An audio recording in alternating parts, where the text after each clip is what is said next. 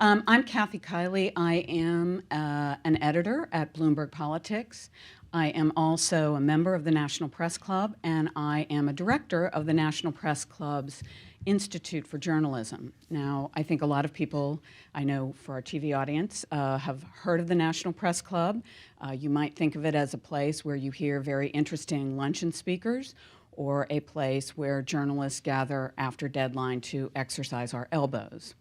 And those are both very venerable traditions that long may they reign. But it's also a place where journalists gather to help each other sharpen our skills and add to our toolboxes. And that is where the National Press Club's Institute for Journalism comes in. We are the nonprofit wing of the National Press Club, and we put on programs like this. We do depend on the kindness of friends and strangers, so when you're thinking about making a charitable donation, you might add us to our list. Even if you don't know a journalist or are not a journalist, you should care, because we think that that a free press supports a free society. And on that note, I'd really like to celebrate and share, for those of you who don't already know, the news that Jason Rezaian is headed back to the United States. And that is a goal that many people at the National Press Club helped to press for, and so we're very delighted, especially our Committee for the Freedom of the Press, which is also a part of the National Institute, the National Press Club's Institute for Journalism. Now, today's program, which is part of a wonderful journalism education series that Julie Hsu, our director, puts together, is really interesting to me as a political junkie. We live in a society, as I think we all know, where an awful lot of money is spent to influence the outcomes of elections. And much of that money goes to mass communications of various sorts. This project helps people to decode those messages, and in some cases to trace the messages back to the messengers, which, as those of us in this room, this is a very distinguished panel of political journalists and investigators, and we all know that sometimes that's not so obvious. So this is also a wonderful collaboration of journalists and technologists, journalists and engineers, to help to combine talents and resources to take these messages and turn them into data. And when you can turn propaganda into data, you can sort it, you can manipulate it, and you can help people see patterns that they might not have otherwise seen.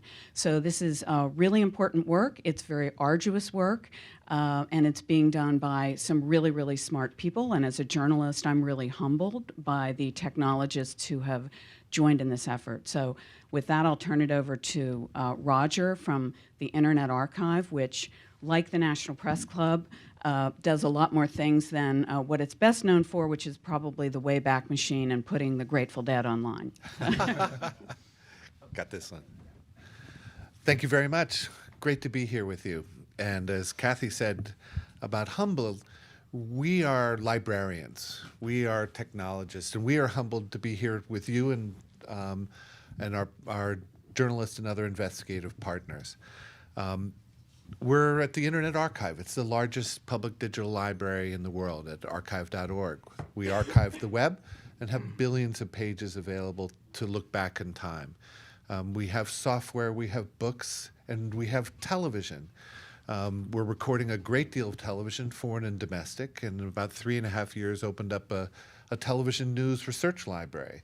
We repurposed the closed captioning to use as a search index to allow people to compare and contrast and quote and borrow television news. In order to explore television news, we've opened up an additional element of television for inspection, and that are political ads. We do live in this era where there's an enormous amount of money being poured into political advertising. The public and journalists and scholars and civic organizations that serve the public having to make these hard choices have a hard time being able to understand and convey what the larger meaning is of this messaging and the money behind the messaging. And as librarians, we're hoping to provide some opportunity to treat media as data and study at scale and in the individual moments these kinds of media. In this election year, we're particularly amazed to be joining you all in being amazed at how so much of the equation of the relationship between paid media, political advertising, and earned media, the coverage that's given in all forms of media, has been upended, where there's an enormous amount of, Trump has gotten an enormous amount of press attention without spending any money on political advertising, on television political advertising. Now that he has in the last 2.5 weeks, we can track those effects as well. So today, we're here to flip the switch, to open up politicalarchive.org. It is a project of the Internet Archive. We are tracking political ads in key early primary states and key markets in those states. We utilize audio fingerprinting to identify political ads and look for them throughout all of TV.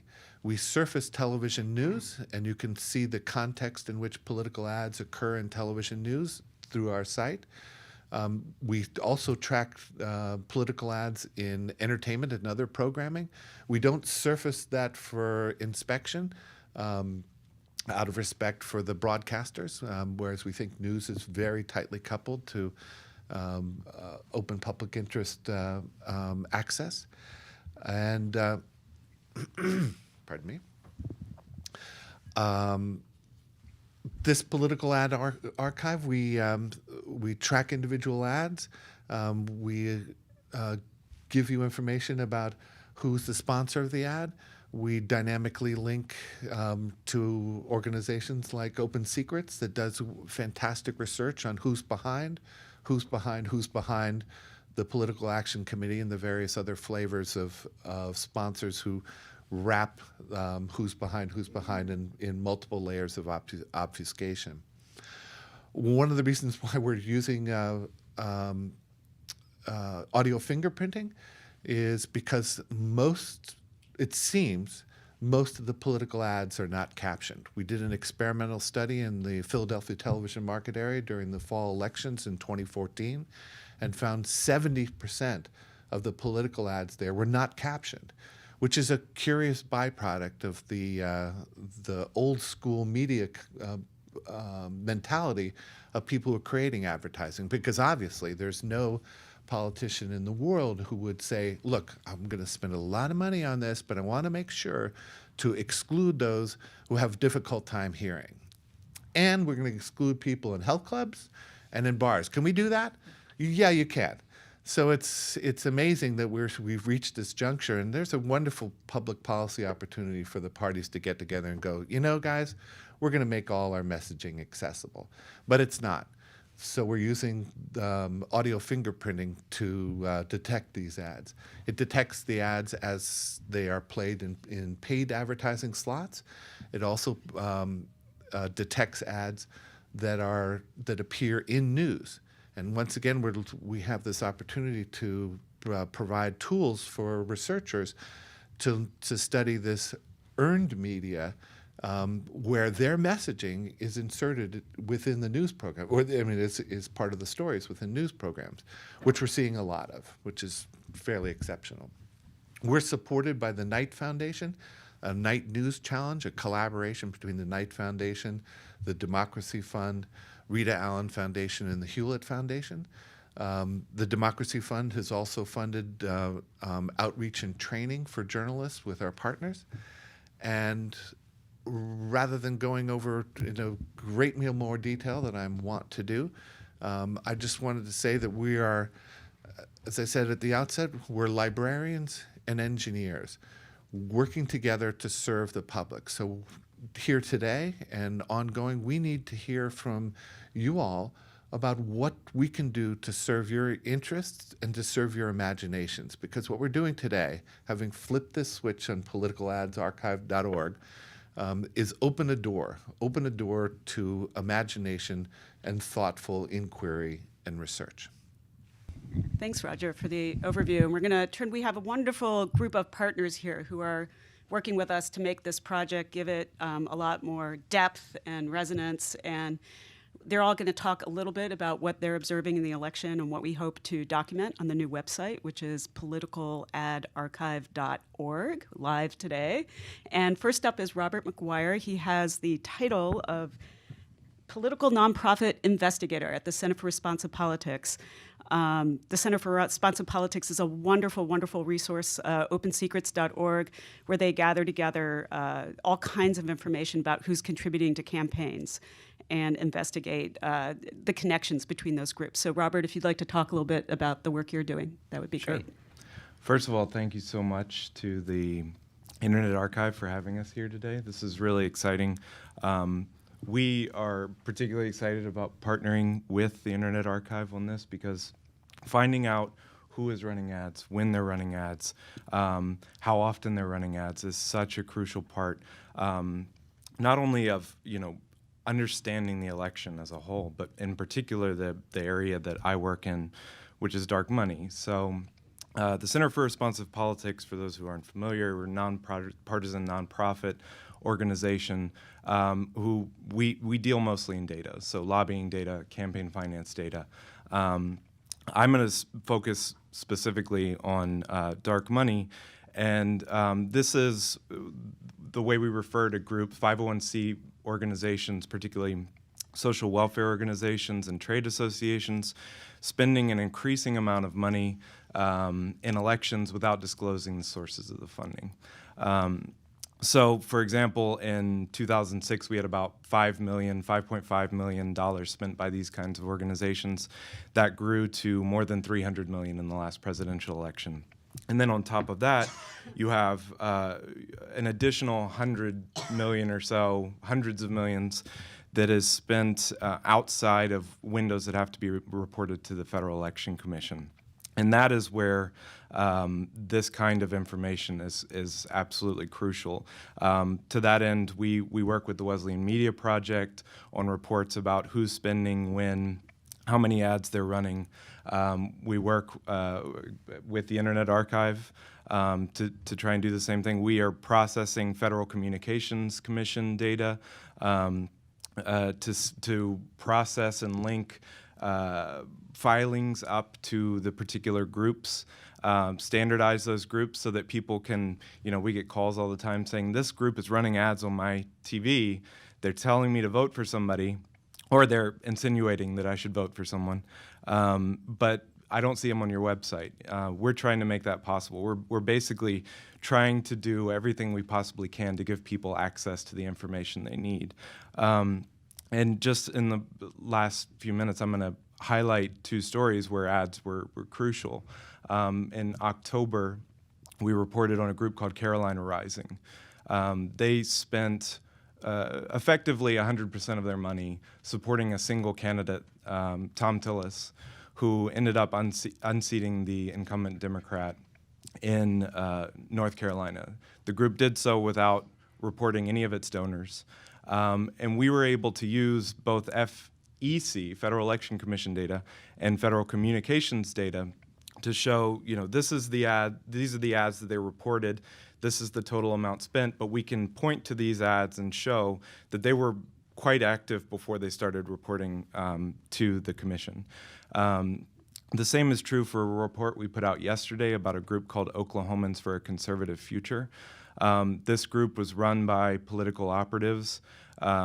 It was started weeks before the candidate it supported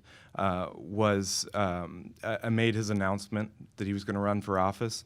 It spent between 1.3 and 1.6 million trying to get this guy elected. He failed. And then they essentially sent an IOU to the IRS saying, okay, we know we spent a lot of money on politics, but we promise we'll do better next year, which isn't actually a legal argument and doesn't hold water. The question now is whether the FEC or IRS will ever do anything about that, and that is very much an open question. So these two examples are showing a trend not only of, we have increasing political activity from groups that don't disclose their donors, but these groups are becoming a part of the campaigns themselves. This is what's particularly worrisome, is that these are supposed to be apolitical organizations, but they're actually a sort of non-disclosing extension of the campaign. So, for example, Conservative Solutions Project in this cycle has spent about $8 million supporting Marco Rubio. Of course, they haven't reported any of that to the Federal Election Commission. What they've done is they've framed all of the ads as educational ads. They want to talk about the Iran deal, they want to talk about taxes, but they only want to talk about it as it relates to Marco Rubio and how stellar his decision-making has been on all of these issues. Or, in my favorite example, they talk about Marco Rubio and Mike Lee, and at the end of the ad, it says something along the lines of "Support Marco Rubio" in big letters, and then underneath in small letters it says "and Mike Lee," and gives their phone numbers. So this is something that is going to be a moving target the whole cycle. It's going to be really difficult for us to. We're going to get the data to people, but it's not easy. But we're hoping that this partnership with the Internet Archive is going to make that a lot easier. Thank you. We are too. We all are kind of hoping that the Archive Project will surface an ad by a heretofore unheard of organization, which then we can tell open secrets about, and they'll run out and investigate it, and we'll get that information up there, as will they and all of us, really. So next, I'd like to introduce Dave Leventhal. He's a senior political reporter for the Center for Public Integrity, Pulitzer Prize-winning organization where they investigate many things, among them money and politics, and they have a really great program this election called Source Check, and I believe you're going to talk a little bit more about that. Absolutely.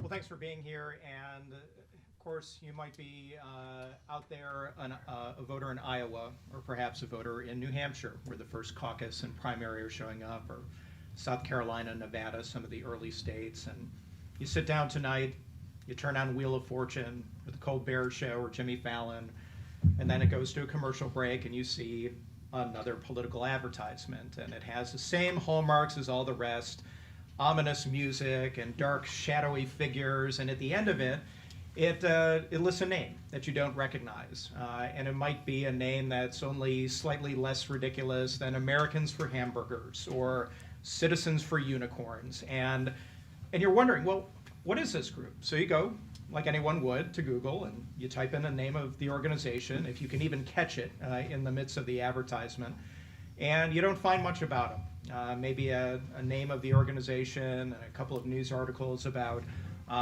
what they've done here in a certain television market or there in another television market, but not a whole lot about who's behind them or what they want. But you know that certainly in their advertisements that you're seeing day in and day out, that they're very, very much against Hillary Clinton or against Jeb Bush or against Donald Trump or any of the other candidates who are running in the presidential race. And then you wonder, well, all right, what do they want?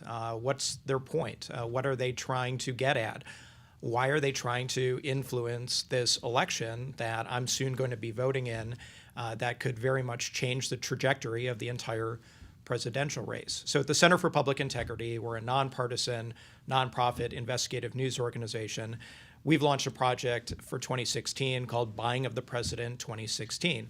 And as Nancy mentioned, one key element of this project is called Source Check, which is going to be an effort to look at all of these different advertisements to the extent that we can and dig deep on them. Try to find out truly who are the people behind these advertisements, where the money's coming from behind these advertisements, and ultimately try to answer the question, well, what interests do these groups, which you have so little information about, have in trying to support one candidate over another, or certainly, as many do, attack the heck out of certain candidates in the race who are going to be running against everyone else and competing tooth and nail in all of these early contests, and then forward from that onto some of the later contests. So as part of this, we're relying heavily on the Internet Archive in addition to many other data sources, some of which Robert mentioned, federal sources, Kantar Media CMAG, which is an advertising tracking firm, and using this and amalgamating it in a way that's going to be able to provide real, useful, accessible journalism to tell those voters, to tell people why this stuff should matter to them, and truly who these people are behind the ads. We're in an era right now where oftentimes it's extremely difficult to find out who are behind these organizations that just simply aren't run by the candidates themselves.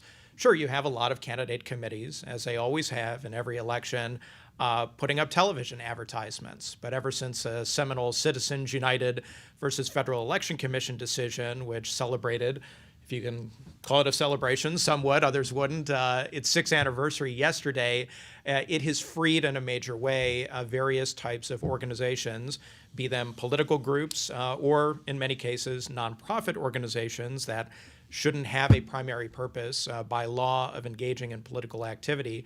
It's given them the ability to nevertheless engage in politics in a major way with millions, even tens of millions of dollars behind each individual group. So by pouring into these groups or boring into these groups, we want to basically, educate the public in a way that, again, is going to be useful when they go and cast their ballot at the ballot booth or go and caucus in their state. And Robert mentioned one of the groups that has been very active in the presidential race, a group that's supporting Marco Rubio, as part of our Source Check project, where we do sort of a census or a deep dive on the activities of individual groups. We looked at an environmental group that accepts anonymous contributions, but yet is up with an ad campaign supporting Bernie Sanders in the presidential race, and tried to find out exactly what they were all about. And more broadly speaking, even going beyond just television advertisements, you have many organizations, even super PACs, these groups that can raise and spend unlimited amounts of money to advocate for and against politicians in a race. They're supposed to disclose all their donors. One of my colleagues who's here today, Michael Beckel, wrote just an absolutely outrageous piece several months ago about a super PAC, also purporting to support Bernie Sanders, and yet isn't filing any of its required paperwork. And it's run by somebody who we revealed had a criminal history and a very curious background. Would encourage you to read this article. And ultimately was able to convince Daniel Craig, who you may know as the actor who plays James Bond, to make about a $50,000 donation to this group, and his publicist was perhaps a little bit surprised to hear all the details about this group when it came out. So the moral of the story is, as a citizen, as a voter, as somebody who cares about politics, you need to pay attention to this stuff, but oftentimes don't have the requisite tools and information to go ahead and do it. So we want to make sure that you do ultimately do that. And I would point out one other feature of our reporting this year, which will range from deep dive investigative stories to these quick hit source check items. We have a data visualization that was pioneered by another colleague, Chris Zubak-Skis. It went up yesterday. It relies very heavily on Internet Archive material in addition to other sources, and is a very accessible visualization of where these ads are, who they're sponsored by, where they're going. The information will be updated constantly every week, and again, provides a way, just another way, visual way, as opposed to a textual way, to get this information, to absorb it, and to act on it if you choose to do so. Thanks, Dave. It's all really fascinating stuff. And so we've heard from two organizations that specialize in following the money trail, and now we have a host of folks who check the facts. So, one thing of interest that we're trying to gather on the new website, again, that's politicaladarchive.org, launching today. We are gathering together information about the facts in the ads. Our partner groups who specialize in is this correct? Is it not correct? Is it kind of correct? Is it medium correct. And so I'm going to introduce Lori Robertson. She's the managing editor of factcheck.org, and I believe she has something to show you that we'll start with, right? 7 out of 10 Americans take prescription drugs. But in the last 7 years, drug prices have doubled. Hillary's going to take on the drug companies, require Medicare to negotiate lower drug prices, let people buy their prescription drugs from countries like Canada at half the price, and cap monthly prescription costs for every American. The drug companies have been overcharging long enough. It's time to fight back. I'm Hillary Clinton, and I approve this message. Great. So this is one of the ads that we've fact-checked thus far in this campaign cycle. Obviously from the Clinton campaign, and we looked at the claim in there that drug prices have doubled in the last 7 years. The Clinton campaign pointed to a report by a group called Express Scripts. They're one of the largest pharmacy benefit managers in the country. When we looked at the report, it didn't really say what the ad says. It did say that brand name drugs had more than doubled in the last 7 years, but if you continue reading the report, it also says that more than 80% of filled prescriptions are actually generics, and that generic drug prices had declined by about 63% over the same time period. Unfortunately, the group did not come up with a number that kind of fused the generic drug prices and the brand name drug prices, at least in terms of how the how much consumers are buying. And there, in fact, is no data that shows overall drug prices, what has happened over the last 7 years. We spoke with an expert as well at the University of Chicago about this, and we just don't have data on what has happened with overall drug prices. But obviously, if brand names have gone up more than double and generics have declined by 63%, and 80% of filled prescriptions are generics, it was not more than doubling over 7 years, as the ad says. In fact, there is some other data on national spending on prescription drugs. The Centers for Medicare and Medicaid Services puts out annually a report on national healthcare expenditures, and that the drug spending has continued to go up, but they've found low rates of that growth in spending in recent years, and they've specifically attributed that to a switch to generic drugs. I think we missed the very beginning of that ad where the campaign mentions some specific conditions. They say heart disease, asthma, diabetes, and the report that they point to, again, does look a little more specifically at drugs, top 10 drugs for those specific conditions year over year. So in looking, and that combines both the generics and the brand name drugs. So looking at those specific conditions year over year for 2014, diabetes was the only one that saw an increase in overall drug prices, and heart disease and asthma saw a decline. So, this type of claim is something that we see a lot of where, a campaign, I guess a little bit like cherry picking, but I think the Clinton campaign goes a little beyond cherry picking here and cherry picks their statistic and then kind of leaves off that this was about brand name drugs. But we see this a lot where a campaign points to a report as supposed backup for the claim, but when you go in and actually read the report, you find that it did not really back up what they're saying, or had additional information that would make the claim misleading, or add some kind of information that makes the claim not what it appears to be in the ad. Thanks, Lori. That's really interesting. And yeah, it's so true that if you can link to something, people don't necessarily read it, right? And so you get to point out what's actually in there.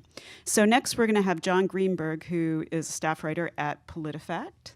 And PolitiFact, also a Pulitzer Prize winning organization, also sleuthing out the facts. And you also have a video we're going to show.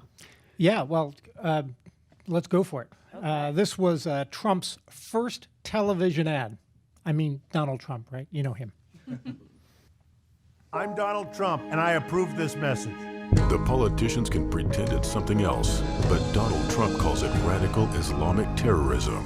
That's why he's calling for a temporary shutdown of Muslims entering the United States until we can figure out what's going on. He'll quickly cut the head off ISIS and take their oil. And he'll stop illegal immigration by building a wall on our southern border that Mexico will pay for. We will make America great again. All right, that was quintessential Trump. And the part of that ad, pretty scary stuff, those shots of people scurrying over the border. And that's the southern border that Trump says he's going to protect.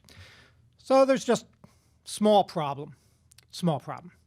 That image comes from Morocco. And it was a number of people crossing the border into a Spanish enclave on Morocco's border. So anyone watching this would presume this is all about America's southern border. What we found is actually sort of very typical of the kind of ways that the Trump organization uses information. I won't necessarily call it facts. This video actually came from 2014. It was shot or appeared on an Italian broadcast network. And at the time, it actually had a location and a timestamp, but like a lot of information, it got detached from those details. So that by the time the ad drifts through YouTube and shows up in the Trump ad, it is devoid of any timestamp or any location. It's just simply there to be used. So we tracked it down, we pointed this out, and rated the whole ad, or this part of the ad, pants on fire. The interesting thing is that the response of the Trump organization at first was to say, well, we don't really know where video comes from. And then the next day, campaign manager doubles down and says, this was 1,000% on purpose. We don't care that we were talking about America's southern border and this is a shot from Morocco. It doesn't matter. We're just trying to make the point.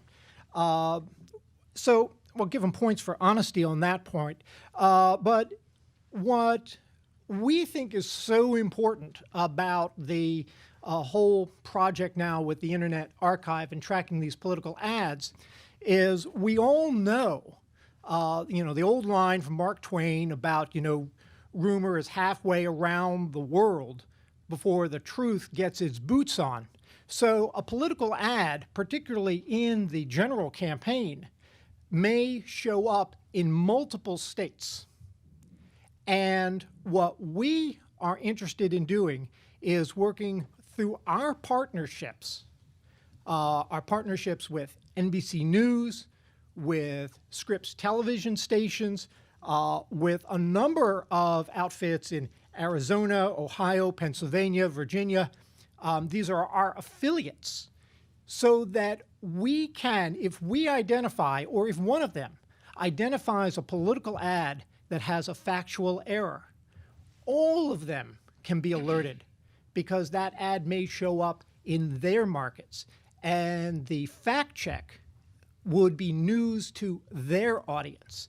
This is a multiplier effect that allows us to close the gap between the speed with which a campaign can put an ad out there and get it to millions of people, and then our ability to turn around and get a corrective message out to many people. We're not going to necessarily reach millions, but we'll be faster and we'll be reaching a lot of them through the whole network of affiliates. And that's why there's a real multiplier effect that can come through having this resource.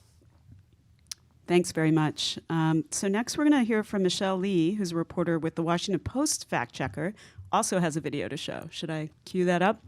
Barack Obama released terrorists from Guantanamo, and now they're plotting to attack us. Instead of fighting to fund our troops, he fights to fund Planned Parenthood. He spies on Israel and cut a deal with Iran. His plan after the attack in San Bernardino? Take away our guns And while ISIS is beheading people and burning them in cages, he says climate change is our greatest threat. I'm Marco Rubio. I approve this message because America needs a real commander-in-chief and a president who will keep us safe. So apparently the world is falling apart with the ominous music in the background. We chose this ad to fact check. I mean, we're trying to fact check as many ads as possible, especially right now, because, this is a candidate speaking directly to the audience with just really ominous music, and it's filled with rhetoric. And this is an example of, a very challenging ad because it's a series of claims with very varying degrees of veracity. So, for example, yes, the U.S. does spy on Israel, but the U.S. also spies on Iran, and he didn't say that. So we chose two statements out of that ad to check that were very fact-checkable and are very common GOP talking points, and we wanted to unpack that. So we chose the Guantanamo Bay one, where Barack Obama is releasing terrorists and they're all plotting to attack us, and then the other one where Obama wants to take away our guns. And that particularly stood out because this ad came out either the day of or the day after Obama announced his executive action on guns. So it made it sound like that was his plan to take away our guns. So to unpack those 2 points, the Rubio campaign pointed to statistics on ex-Guantanamo Bay detainees who were confirmed or suspected of re-engaging in terrorist activities. But only 6% of them happened under Obama's term. The rest were under Bush's term. So that was pretty misleading, and we wanted to point that out. And then on guns, a lot of people point to the Australian buyback program that happened, where they took back guns, assault rifles mostly.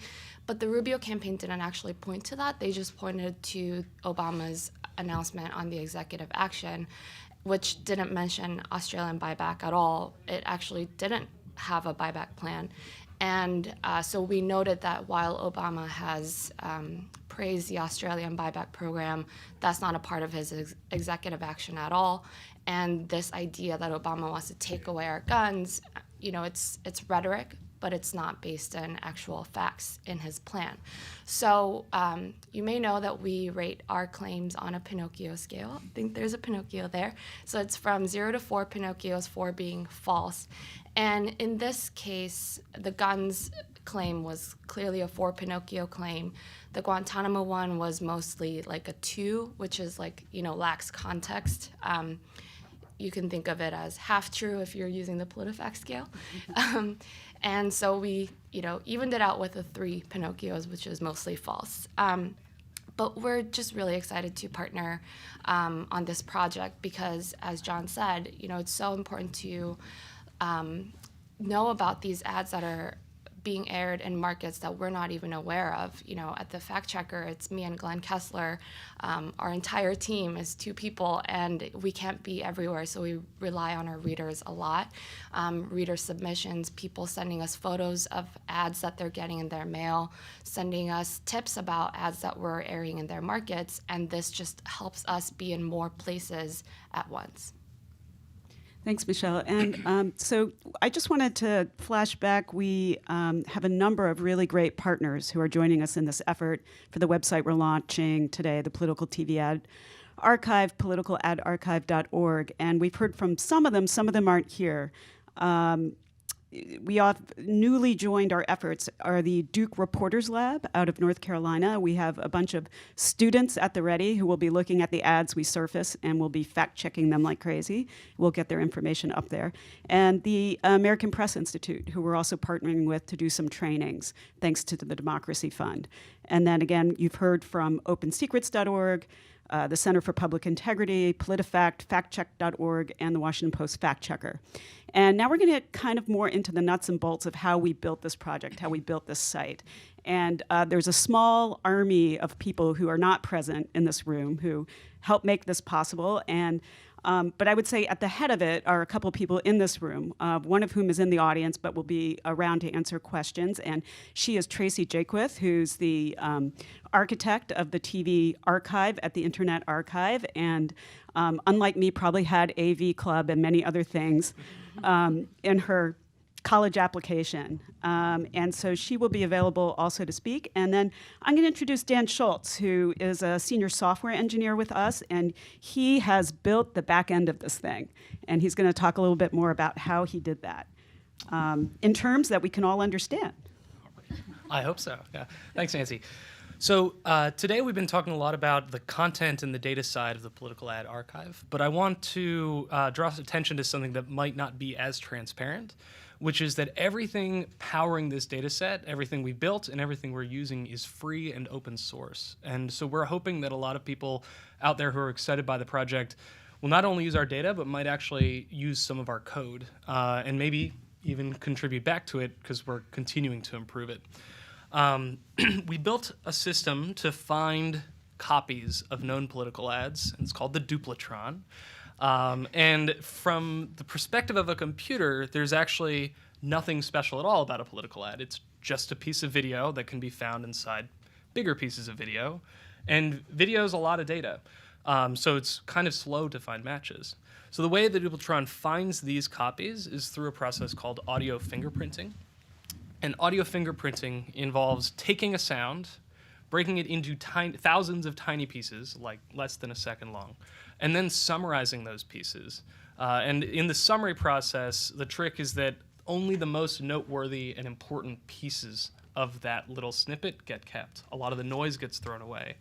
And so the reason we do this is because it's a lot faster and, kind of ironically, a lot more accurate to compare summaries of sound than it is to compare the full-blown sound.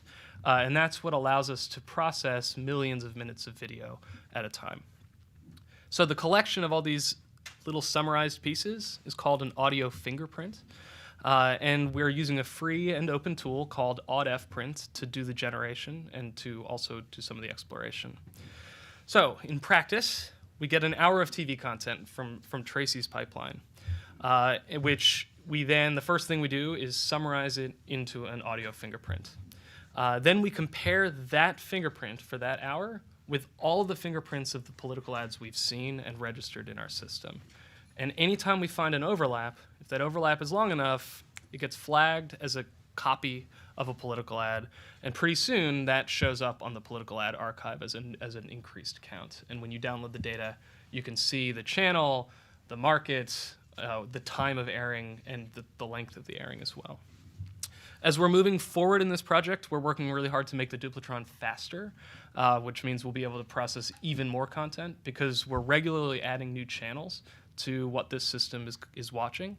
And we're also trying to do a couple things that are pushing the limits of this system, which we're hoping to be able to show off. We're hoping to be able to show off in the coming months. For instance, in addition to looking for copies of known political ads, we're also capable of flagging copies of any repeated content, whether it's been tagged as special or not. So this means whenever we see a new political ad that we've never seen before, it's possible to be able to actually surface that to a human and have the human review it as a potential brand new airing. It's also possible to keep track of things like sound bites from interviews or sound bites from political speeches and see how those things are being disseminated across the media across the country, right as they're popping out of the woodwork. So all this is to say, please keep an eye on this project in addition to using the data over the next couple months because we're going to be releasing new features. And if you or anybody you know is interested in collaborating, reach out. Thanks. Thanks, Dan. So now I'm going to talk a little bit. I'm Nancy Watzman, and I am the managing editor of this new website, politicaladarchive.org. I can be reached by Twitter at @nwatzman, or you can reach me by email at nancyw@archive.org. And I'm saying that because I am the person you should bug if you have any particular questions about the project. And I'm going to get into a little bit of the nuts and bolts of, how it works and what it looks like. But first, back to the Internet Archive. Roger spoke a little bit about who we are. Internet Archive is based in San Francisco in this lovely building, which I'm told was bought to match the logo. It looks like a library. It's a former Christian Scientist church. And it's actually, if you're ever in the neighborhood, you should drop by and visit because they give tours. And they have swag you can buy with the logo. And it's a very interesting place to visit. It has the very modest goal, our organization, of archiving all of human knowledge online for free, accessible to all. And we're probably best known for the Wayback Machine. Many journalists are familiar with the Wayback Machine, lots of other folks in the general public as well. This is a really amazing tool where you can paste in a URL of any website and see a snapshot of the way it used to be and on a particular date. So I wonder how many people in this room were around when the whitehouse.gov site looked like this. I do remember it, actually. That was from 1997. So things have changed a bit, but we preserve it for all time on the Internet Archive. There are so many resources. I mean, it's 25 petabytes of data that we have, and I'm told that's 15 zeros after the 25. So it's a lot of stuff. And you could spend a lot of time. One of the really, really great resources we have is the TV News Broadcast Library. And there you can search through closed captioning clips of any news broadcast back to 2009. And when I first used the site, I went immediately to my favorite quote of all time, which is Senator John Corzine, former Senator John Corzine, who said when he was hauled before Congress to talk about MF Global, he said, "Mistakes will continue to happen in the course of human events," which is just a wonderful thing you can use around the house as an excuse. So you can find this clip, and what's really wonderful, you can't really see it here, it's a little small, but you can actually edit this clip. You can embed it, you can share it on social media. So whether you're a journalist and you want to embed a quote that you're referring to from a famous figure in your story, or you just want to get something out on Twitter, we're there for you, and you can find all kinds of interesting stuff there. So we have a number of things that we are doing for the 2016 primary elections, of which the Political Ad Archive is one, but there are a few other things too. We'll talk about the Political Ad Archive first. So it's data-fueled analysis. Dan talked a little bit about the metadata that we're naturally gathering in the process of sucking in these TV ads and counting them. We are going to 8 primary states that are key, and we are recording 20 markets, sifting through 20 markets. We've already gone through more than 100,000 hours of time to find these ads, and that number is just going to get bigger and bigger and bigger. We're, of course, starting with Iowa and New Hampshire, where we're gathering ads, and this is a graphic on the new website, which will be continually updated to show where the ads are coming from. This is the way the new website will look when you open it up, politicaladarchive.org, if I haven't said that already. And when you get in there, one thing we are doing, we call it a canonical ad page. For every ad we discover, it's going to get its own web page. And you will be able to see on that web page the video of the ad, similar to the TV News Broadcast Library. It'll be the whole clip, and you can edit it, embed it, do as you wish with it. So you can actually see the ad. And then we will be linking to all the great fact-checking and follow-the-money information that our partners produce on that web page in one place. But even more, we have these data that we get to collect along the way, the actual counts.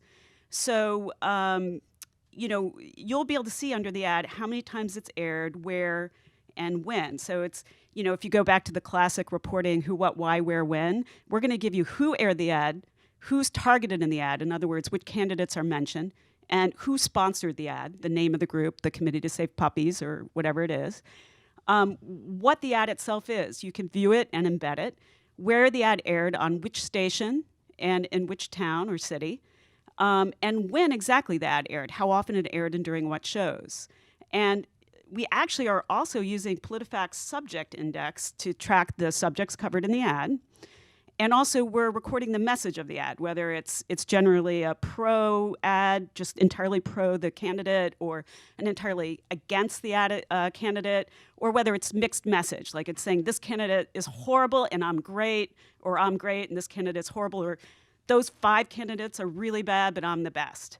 So we'll have that information too. And we're going to be continually adding to that list of data we're collecting, and it's all downloadable in a spreadsheet, a CSV spreadsheet, so that you can see, again, all this information organized. Sorry? Or an API. Or an API.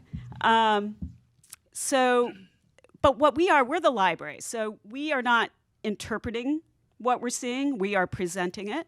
And it's up to you, the public, the journalists, the researchers, to explain what it's about, and our partners, of course. So that's what we hope. When we bring all this information together, we hope that all kinds of things will happen with it that we can't even anticipate, that will bring what we like to say is light to the heat of the campaign. So again, it's politicaladarchive.org, launches today. It's a growing resource. We have more than 30,000 airings of ads now documented, but again, it's going to grow and grow. It's a living, breathing thing. So keep checking in, and it's going to get better and better. But we also have a few other tools that we have that are really useful in analyzing this coming election. And Roger touched on a few of these briefly, but we have something called the, Caleb Liatru, who is in the audience today, who we work with closely, an engineer and a social scientist. And he has developed something called the Candidate Name Tracker. So what this is it's using our TV news broadcast data to figure out, how many times does someone say the word Donald Trump in a TV news show? And Hillary Clinton and, Ben Carson. And so it quantifies that. And if you go into this link, which, we can provide, you can actually, change it around. So you can see whether it's all data, look at the 100 days, 7 days, and see how their mentions go up and down with the news. This is kind of a good measure of earned media when a candidate gets a lot of attention in the news for whatever reason.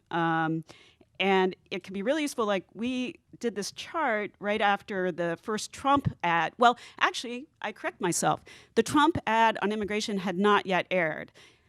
Trump had simply announced that he was going to spend $2 million a week on campaign ads, and you could see how his blue line here shot up. He's a master in getting the earned media.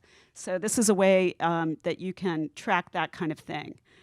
So that can be really useful. Another thing that Caleb built, and which is wonderful, and working with us, is the debate tracker. It's a way to see which phrases from a particular political debate were repeated the most on TV news. So this is a slide from that first Democratic debate where Bernie Sanders talked about those damn emails. And you could see that shot up. That's what that big line is. And so that's another way, again, to see, well, not just what was said in the debates, but how is that reflected in how we consume the news. So that's the project. Again, this is my contact information. Politicaladarchive.org is the website, and we hope you will visit early and often and keep coming back. We're also going to have a blog there where we track a lot of the, great journalism that comes out about the ads, and we'll get that up there along with our partner information. So I am now going to turn it back over to Roger. We're going to see if anybody has any questions. Thank you. So we have a mic, and if you've got any questions, hold the mic close to your mouth and let us know your name and affiliation and what's the question, and we'll have any of us do our best to answer it.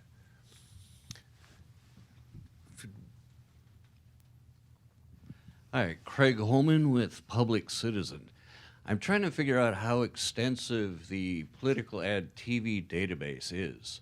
From CMAG, they use satellite technology, so they pretty well capture all campaign ads that air on television. How is it you decide which ads to capture? How extensive is your campaign ad database? Does that make sense? Oh, makes a great deal of sense, absolutely. So CMEG, a section of Kantar Media, is a commercial organization who, this is not in advertising, but from our data perspective, produces what is currently probably the most comprehensive. They do a great job tracking ads and other kinds of elements of television. We're not a competitor to them by any means. We are hacking in an open way at treating media as data, looking at ads and other kinds of attributes, allowing people to experimentally see how they can explore those and visualize those and interpret those in an open library.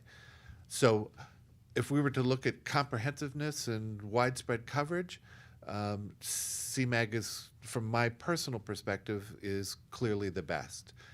We're a new experiment, an experiment that's trying to work with you, just like we're a public library. We're a public library for you all on this issue. Could I refine my question? Yes, please. I mean, like CMAG uses through their satellite technology, regular television stations will send a signal saying, okay, here comes an ad, and then it picks that up. So it picks up just about all the ads that way. How do you identify which ads you will put in your database? Do you have people like watching television in the markets? I'd like to bump this to Dan, but there's somebody from CMAG in the audience who also might address some of the magic behind what they do, which is not exactly as you assume. It's even more complex and challenging than that. Would it were that it was as easy as that. In fact, there's lots of folks hacking at how you reliably, algorithmically have computers and machines doing this work. But allow me to bump back to our senior engineer, Dan Schultz. Sure. So right now, with what we're launching today, finding the first copy of an ad is a pretty manual process. And that was what I was getting at about over the next couple months, where basically the tool has the ability to find any repeated content, whether we've flagged it or not, and then surface that to a human when it's been repeated enough times to be, oh, this is probably a political ad, or oh, this is probably an ad in general. And so the concept of discovery in a semi-automated way is coming. It's not there yet. But the pathway there would be, as we're seeing pieces of content that show up again and again and again, all that would take is a human saying, that is a political ad. That is a Kraft macaroni and cheese ad, right? But once you've picked out a political ad, whether it was you watched TV and you saw it and flagged it, or the Duplatron discovered it and exposed it, once it's in the system as an ad, it gets added to the political ad archive. Does that clarify and make sense? Yeah, and you go through the backlog. Say that. Oh, and that, yes, that process, we have 100,000 videos in there now, and so that repetition discovery process would go through that backlog as well. Yep. Hi, my name is Michael Beckel, and I'm a reporter at the Center for Public Integrity. I wanted to sort of follow up on Craig's question. If the process is working well and the ads are identified, it looks like, the 20 major markets that y'all are focused on. And just to make sure I'm understanding that, so if the ad airs in Iowa, it's going to be captured, but if the same ad aired in Minnesota, it might not be. Is that basically?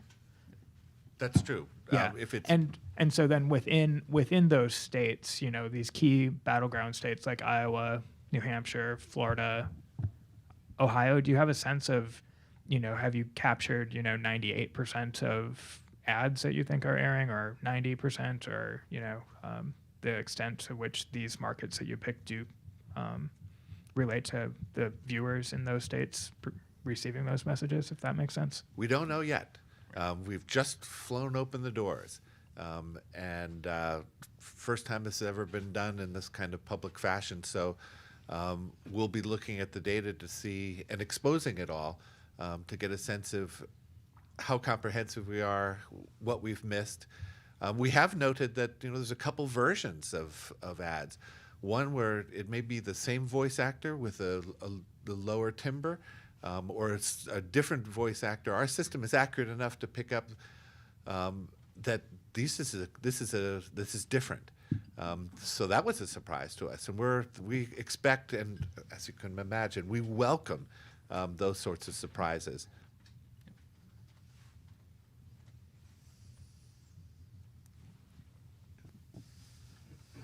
Hi, Tom Brune with Newsday here. Are you going to go back and double check against various filings with the FEC and the FCC to see if you've missed any ads or to double check your coverage? So we're relying on our partners who are the experts in doing that to get that kind of information. We're as part of the project, we are not yet anyway integrating the reports to the Federal Communications Commission on ad contract buys, the actual dollar amounts being spent. We're going to start work first with just quantifying these counts. And but I know that there are various projects underway at some of our partners to try to do that. And as that comes online, we hope to integrate things like that. I don't know if any of them want to address that. Perhaps Robert? So we presently are at a point where we have a full database of, I believe it's approaching 400,000 records from the Federal Communications Commission. We have set up a procedure to standardize the records. We have scraped entire PDFs for, I don't have an exact count of it, but it's in the very large tens of thousands, so that those documents are searchable. And the aim here is to be able to update that data on a daily basis, assign it a group, assign it an ID, whether it's an employee identification number for a 501c organization or a committee ID for a Federal Election Commission reporting entity. And that way, the aim there is to be able to track with the ads that we're seeing in the political ad tracker, but also to see how that meshes with Federal Election Commission data. And so we're at a point where this is very close to being at least something that we can update internally on a daily basis and provide in some manner on the site.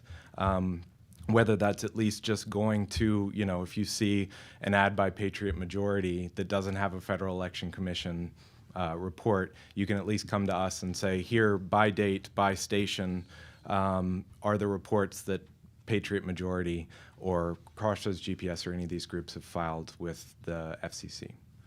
I'd like to. This is a great question, and one of the great opportunities that we have is to provide some ground truth on just what the stations are reporting in their so-called political files, the public inspection files, which they're now required to upload to the FCC. Alas, they can upload them as PDFs. Doesn't even have to be text. They can be pictures. They can be askew. They can be fuzzy. But this is one of the first chances that a bunch of people up here and throughout that are represented on the stage and throughout the country and in universities and other places are working to crack those PDFs open, make them structured data, join them with the open data that we're creating. And interestingly enough, in this room, two people to your right is Greg Ellen, who is the FCC's first chief data officer, who implemented just that database. So I'm sure he's available for more on how it works and what its challenges are and what its opportunities are for the future. I can add a little to that as well. One really thing that is exciting to me, because I am one of those people who's wrestled with those data and know how interesting but also frustrating they can be is that we are capturing these ads as they actually air, as Roger says. So not everything gets reported to the FCC. Not everything gets reported to the FEC. There's a lot of rules about what does, what doesn't. I've been in the position where political, a local broadcast station will say, well, I don't have to post those files because this wasn't an issue of quote unquote national importance. So there's a lot of loopholes. So it's great to look at those things. But what we're going to be doing is unearthing what actually airs and helping folks identify those. And then you guys can start running with that and saying, wait a minute, they didn't even report this to the FEC or the FCC or whatever government agencies theoretically should have records. Or conversely, we have to say, people can also say they did report and they were crazy accurate. And how wonderful is that to not only bring critique against those who don't, but bring approval and highlight those who are responsibly doing a great job, because there are people out there who do, and we think that they deserve attention, if only to credit what they've done, but also to create a positive feedback loop so others go, maybe we better too, because not only might we get a slight spanking and look bad, but we look good, and we want to join these stations that also look good. I just wanted to add one more note about the FCC. We submitted our comments to the FCC, encouraging them. They'll have a vote next week, I believe it is, to possibly expand the public file to satellite radio and cable. So we'd be getting a lot bigger chunk of the data if that goes through. And I'm going to pass this off to you. So I actually have a question for you guys, and it's about the two-way street opportunities for the public. So say, I live in Ohio, I see an ad. Can you walk me through the process whereby I could go to your website, see if the ad's there, and if it isn't there, is there an opportunity for me to flag it for you? Absolutely, we want that, and thanks for bringing that up. Yes, you can reach us in a number of ways, depending on how comfortable you are with things. You can email us at I'm Nancy W. at archive.org if you spot something. If you see something in our TV broadcast news library, I think I'll ask Dan how best someone could mark that so that we know it's there. Do you? Sure. I don't know if, I think probably for now the best bet would be to tweet at us and let us know where you were and what time you were like the general time you were watching, maybe what channel. If you do that, we'll find it. And your handle. It's at pulletadarchive.org, or I'm also at @nwatzman, WATZMAN. Yes, Caleb? Yeah, so just I just wanted to make a quick comment, like the questions about like comprehensiveness. For me, as a as an outsider, as a data scientist, the way I kind of look at it is, as any library, it's not going to get absolutely everything that's out there, but because what they're doing is open data, for someone like me, it's really exciting, because like the question of, well, how could someone flag that? To me, it's like, well, someone else could come along and say, hey, let's make a little Shazam-like app where you see a political ad, you could run it, and with the APIs that they're providing and the way in which they're exposing that data, a developer like me could come along, build an app like that, and make that available to the public, or type of stuff I do, which involves deep learning, image recognition, the opportunities to be able to take these ads and process them and say, well, what ads feature people smiling or frowning or doing different types of analysis of music. So to someone like me, it's like, yeah, it may not be as comprehensive, it may not get everything that's out there by a long shot, but again, to someone like me, I see this is just starting, and so the opportunities. I think to me, it's really about taking the world of media into that data world that people might like me live in, and creating those bridges so that we can process and do incredible stuff with it. Before you hand the mic over, Kalev, could you introduce yourself and what's your affiliation? I'm Kalev Litaru, and I do a lot of big data work.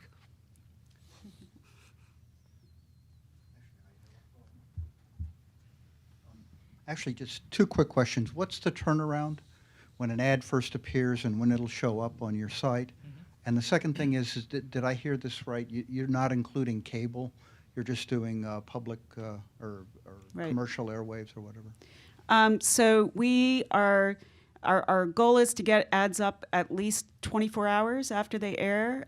We, as Roger said, we're just flipping the switch today. We expect that will get better as time goes on. We'd like to be quicker than that. We may not hit that 24-hour goal immediately on everything, but that's the goal, and hopefully we'll do better. And yes, right now we are not tracking cable. You know, as with everything, we would love to do everything. We're starting where we can start. And how far back do you have now? So we are in each of the states we're tracking, and there's a list of those 8 states in the materials.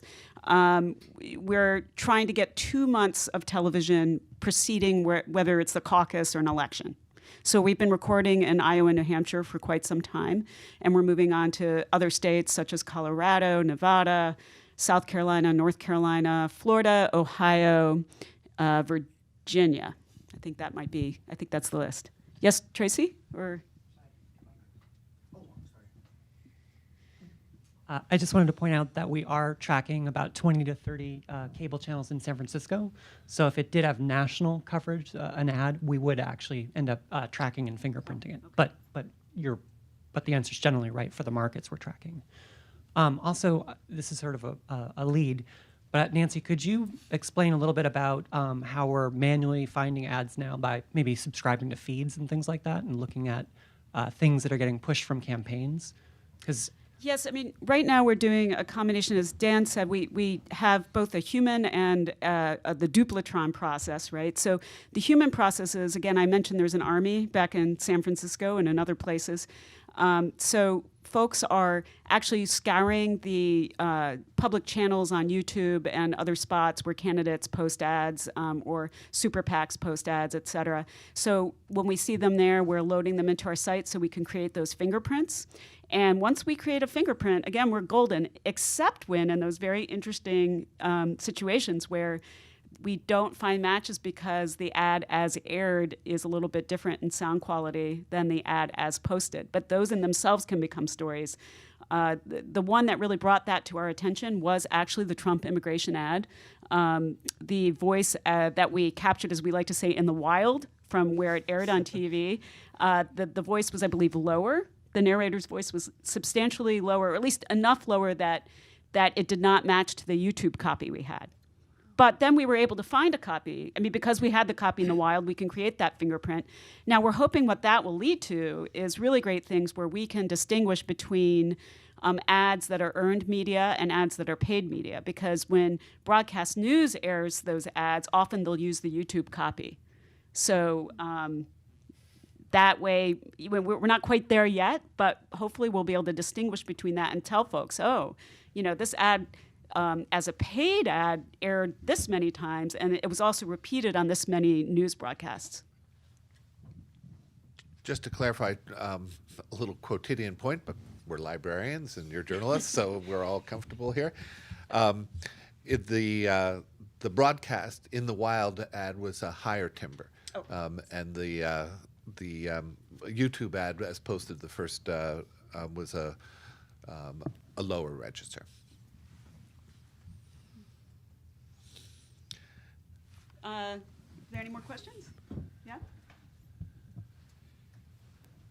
Michael Beckel again from the Center for Public Integrity. As a reporter, you know, wanting to stay on top of what's new and, you know, whether, you know, I'm following a particular campaign or trying to just focus on ads in a particular state, what tools are available through this new website?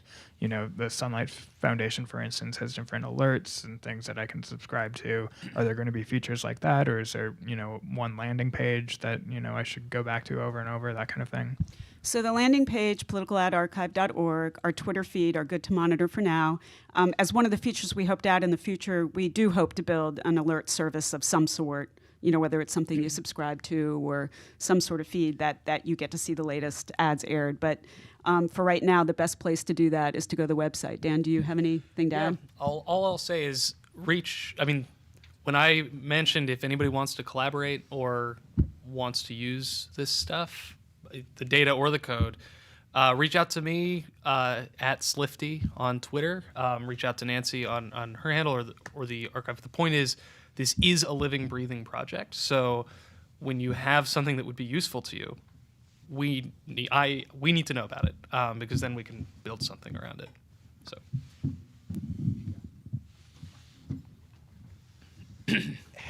Have any of the candidates reacted to what you're doing, or do they even know what you're doing? Not yet. Probably. As I say, we've just thrown open the doors today. I do have one more quick question. The downloadable database, does that include the frequency of the airings and the markets? Yeah, that is one line per airing. So if you download the CSV, every row in that table corresponds to a single airing on a single channel. So you can know the time that airing happened, the channel it happened, the location, and the market, among other things about the ad in general. If you go to the website, there is a tab that says data, and it has the list of the data we provide and definitions of what should be in the CSV. Hi, thank you very much for doing this. I'm Don Cayley. I'm a columnist for a newspaper in Eugene, Oregon. My question is to the fact checkers. How long will it be before those that put up the ads no longer volunteer the data that they're drawing from and just shrug at you and say, we're not going to tell you where we got that number, you go figure it out? Well, I mean, if the past is any explanation, or the general response that we've seen before is that the campaigns actually designate somebody to respond to our background information requests. Now, that could change, but in general, they have adapted to us. Normally, the campaigns in the past have been pretty good at putting together the backup, and it'll be kind of like a chart thing where it's got the quote from the ad on the left, and then on the right are citations of what backs that up. Although I would have to say, not so much on ads, but on claims in general. We have some campaigns that are very, very responsive to us, and some campaigns that are not responsive at all, and then some that are somewhere in the middle, sometimes responding, sometimes not. And we're really just now starting to get into the thick of the ads. So it'll be interesting to see how well they are doing those backup reports and sending them to us. Yes, I totally agree. And for example, the Rubio ad that I talked about, one of the claims, the one about the guns, they only pointed to the executive action announcement, but nothing else. And it was up to us to give the fuller picture. So we work with the backup that they send and then do the rest of the reporting to complement that. Just to be clear, there's nothing that they're not required to give you any backup. I mean, there's no regulations or anything like that. I mean, at some point they could just shrug and say, go find it. They already do. You know, there's a campaign that once told me it's not up to the speaker to prove that we're right. And I said, no, it actually is. I'd rather not right now. In that vein, I thought the campaigns did have a self-interest because the TV stations can be challenged about false advertising, and if they're not airing true ads or true enough ads, that they can be pulled. Yes, is that not a regulation? Has that sure, ever happened? It is, but it's very difficult for so many things are misleading, and that so it kind of becomes a little bit of a gray area, and it's things that are qualify. It has to be really, really false, I guess, is what I'm saying, to see a local station pull the ad, and it does. I don't know what the data is on that. Maybe somebody else knows, but it does not happen very often.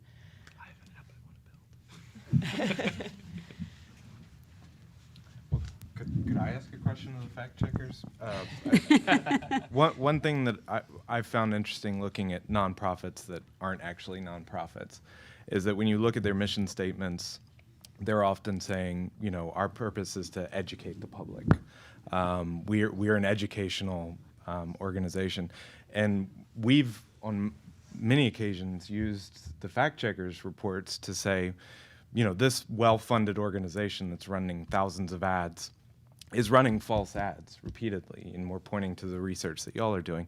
I'm wondering what their response to you, because the response from an outside group, and it doesn't have to be just a 501c, but a super PAC or any other outside group, they're not technically the candidate, even though they it's sort of it's an extension of the campaigns. But do they respond in a different way when you call them than the campaign itself does?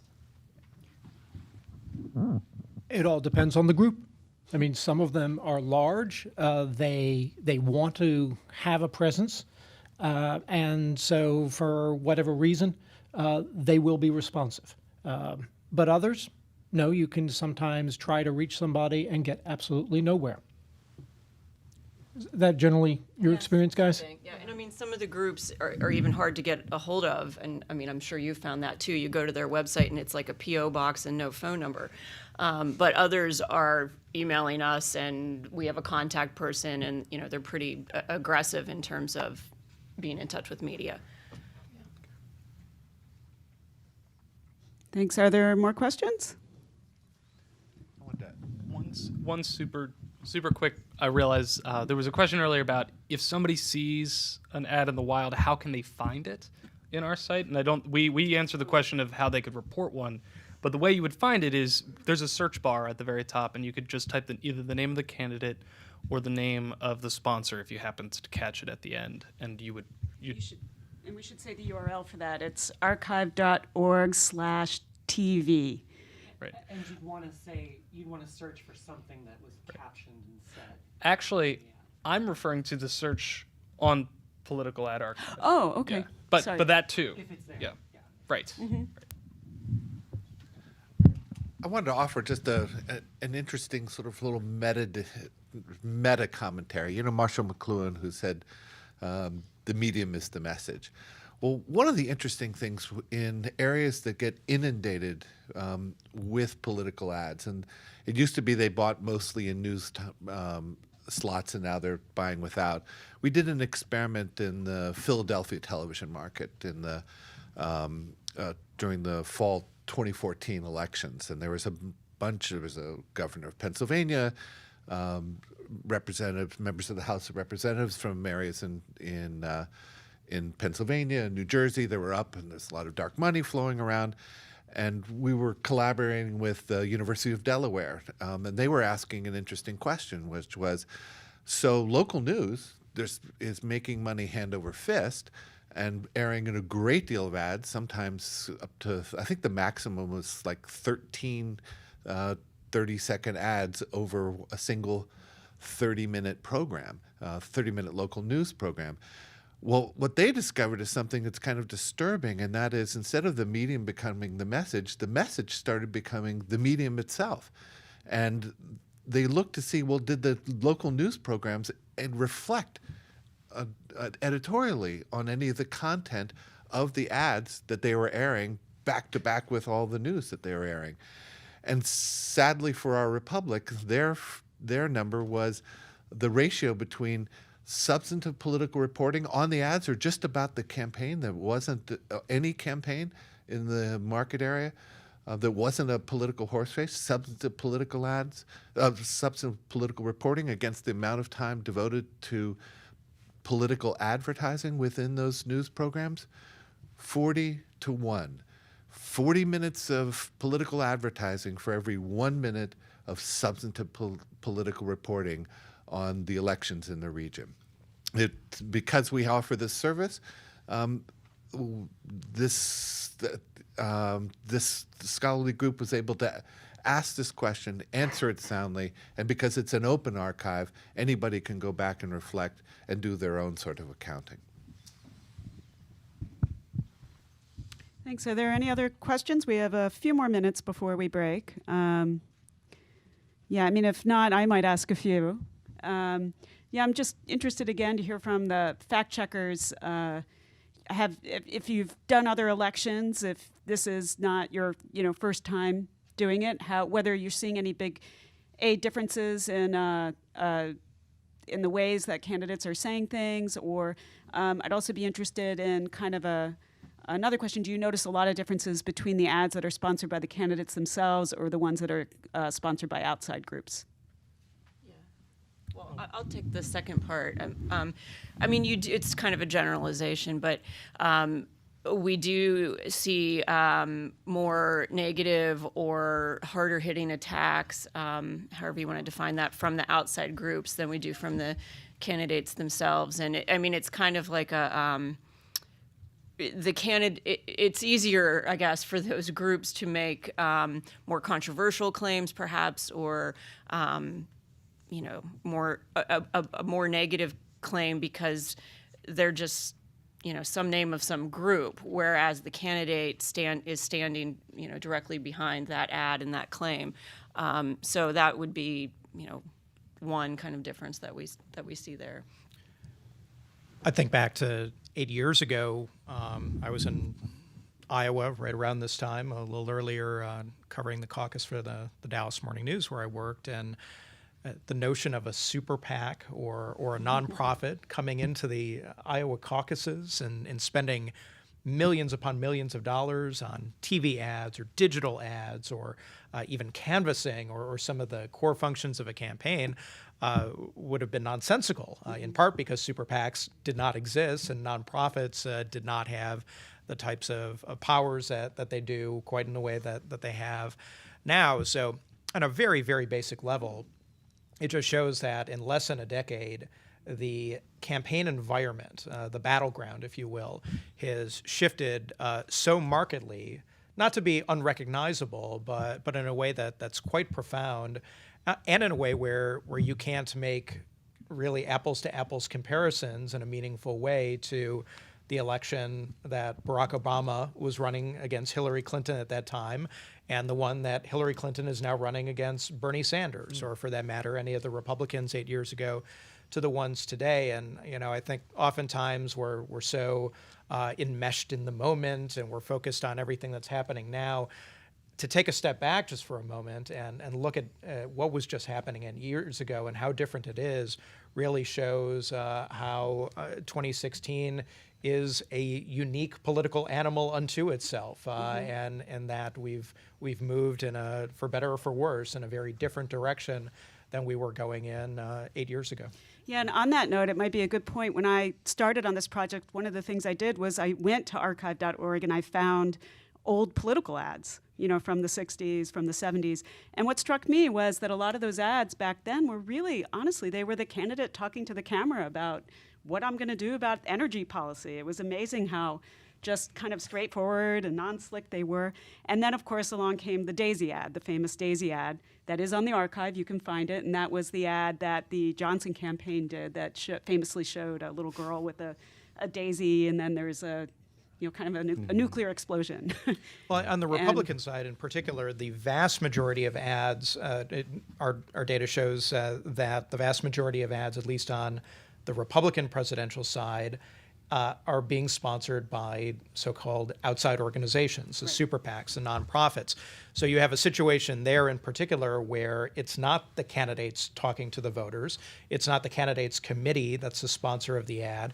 You have a proxy war that's taken place where you have all of these other different types of groups who are supporting Marco Rubio or Ted Cruz or Donald Trump or John Kasich or Chris Christie or any of the others, and they're the ones who are providing the message, so that the candidate can in a way have plausible deniability or implausible deniability, some might suggest, that we're not the ones who are behind the attack ads. We're not the ones who are being negative. It's that independent outside group that's a step or 2 or 10 away from my campaign. And we see less of that on the Democratic side, although there are definitely Democratic super PACs. Hillary Clinton has quite an outside machine unto herself.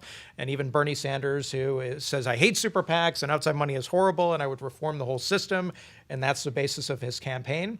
Still even does involuntarily have some outside groups to a degree supporting his campaign. So everyone is affected and everyone is involved, at least most everyone. So we're about finished with time. Do we want to say one thing quickly? I just wanted to say one quick thing, that you don't even have to go back to 2008 to see how far things have come. I mean, in 2012, it was sort of scandalous that candidates were setting up super PACs that were, extensions of their campaigns. Now they're doing that openly, and most candidates, or at least, half a dozen candidates at this point, have a 501c4 that is run by the same people that run their super PACs. It was established to raise money from people who didn't want to be named.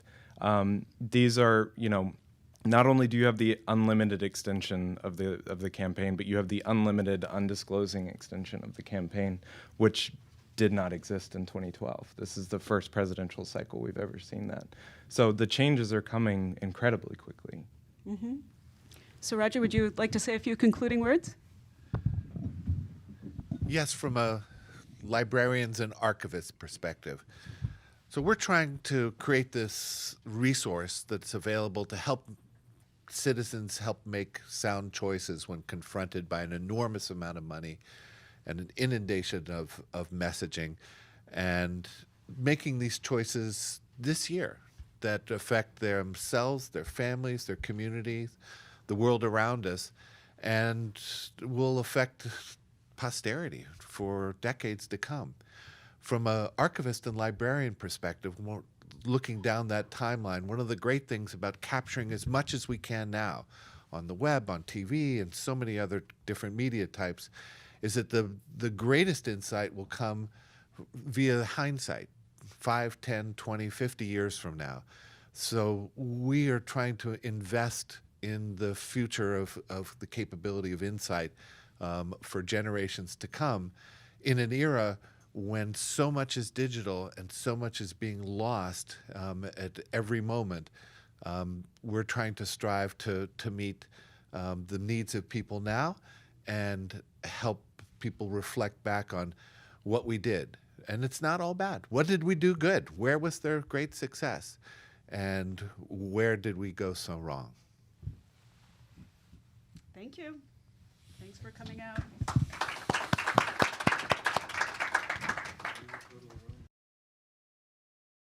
I'm Kathy Kiley. I am an editor at Bloomberg Politics. I am also a member of the National Press Club, and I am a director of the National Press Club's Institute for Journalism. Now, I think a lot of people, I know for our TV audience, have heard of the National Press Club. You might think of it as a place where you hear very interesting luncheon speakers, or a place where journalists gather after deadline to exercise our elbows. And those are both very venerable traditions that long may they reign. But it's also a place where journalists gather to help each other sharpen our skills and add to our toolboxes. And that is where the National Press Club's Institute for Journalism comes in. We are the nonprofit wing of the National Press Club, and we put on programs like this. We do depend on the kindness of friends and strangers, so when you're thinking about making a charitable donation, you might add us to our list. Even if you don't know a journalist or are not a journalist, you should care, because we think that that a free press supports a free society. And on that note, I'd really like to celebrate and share, for those of you who don't already know, the news that Jason Rezaian is headed back to the United States. And that is a goal that many people at the National Press Club helped to press for, and so we're very delighted, especially our Committee for the Freedom of the Press, which is also a part of the National Institute, the National Press Club's Institute for Journalism. We give you information about who's the sponsor of the ad. We dynamically link to organizations like Open Secrets that does fantastic research on who's behind the Political Action Committee and the various other flavors of sponsors who wrap who's behind in multiple layers of obfuscation.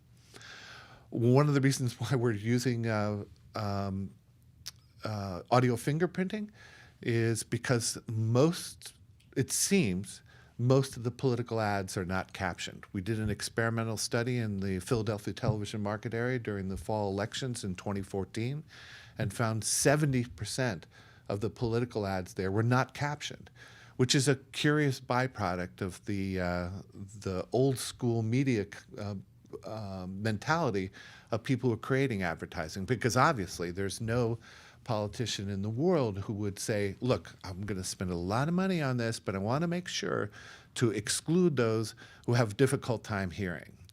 And we're going to exclude people in health clubs and in bars. Can we do that? Yeah, you can.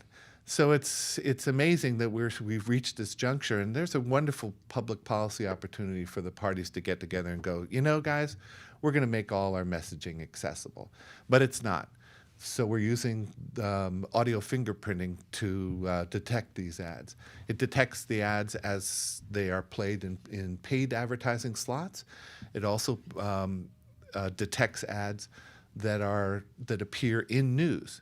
And once again, we have this opportunity to provide tools for these kinds of media.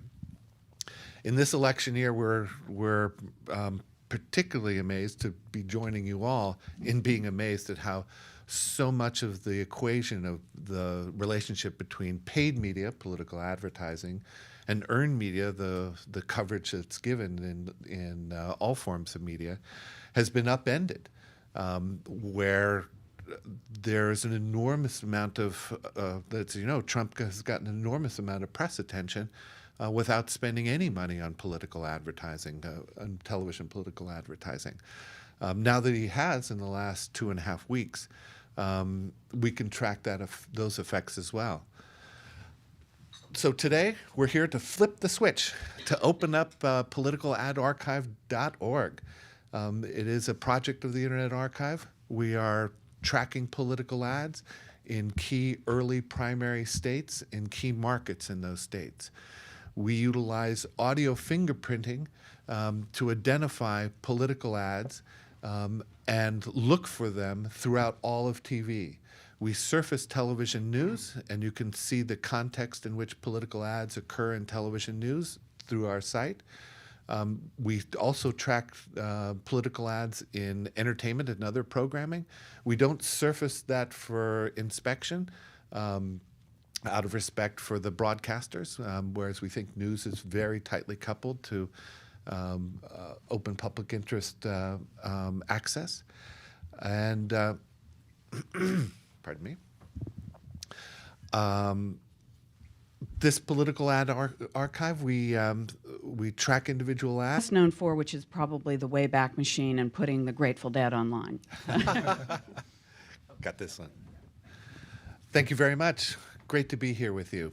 And as Kathy said about humbled, we are librarians. We are technologists, and we are humbled to be here with you and our journalists and other investigative partners. We're at the Internet Archive. It's the largest public digital library in the world at archive.org. We archive the web and have billions of pages available to look back in time. We have software, we have books, and we have television. We're recording a great deal of television, foreign and domestic, and in about 3.5 years opened up a television news research library. We repurposed the closed captioning to use as a search index to allow people to compare and contrast and quote and borrow television news. In order to explore television news, we've opened up an additional element of television for inspection, and that are political ads. We do live in this era where there's an enormous amount of money being poured into political advertising. The public and journalists and scholars and civic organizations that serve the public, having to make these hard choices, have a hard time being able to understand and convey what the larger meaning is of this messaging and the money behind the messaging. And as librarians, we're hoping to provide some opportunity to treat media as data and study at scale and in the individual moment. Now, today's program, which is part of a wonderful journalism education series that Julie Hsu, our director, puts together, is really interesting to me as a political junkie. We live in a society, as I think we all know, where an awful lot of money is spent to influence the outcomes of elections. And much of that money goes to mass communications of various sorts. This project helps people to decode those messages and in some cases to trace the messages back to the messengers, which, as those of us in this room, this is a very distinguished panel of political journalists and investigators, and we all know that sometimes that's not so obvious. So this is also a wonderful collaboration of journalists and technologists, journalists and engineers to help to combine talents and resources to take these messages and turn them into data. And when you can turn propaganda into data, you can sort it, you can manipulate it, and you can help people see patterns that they might not have otherwise seen. So this is really important work. It's very arduous work, and it's being done by some really, really smart people. And as a journalist, I'm really humbled by the technologists who have joined in this effort. So with that, I'll turn it over to Roger from the Internet Archive, which, like the National Press Club, does a lot more things than what it's best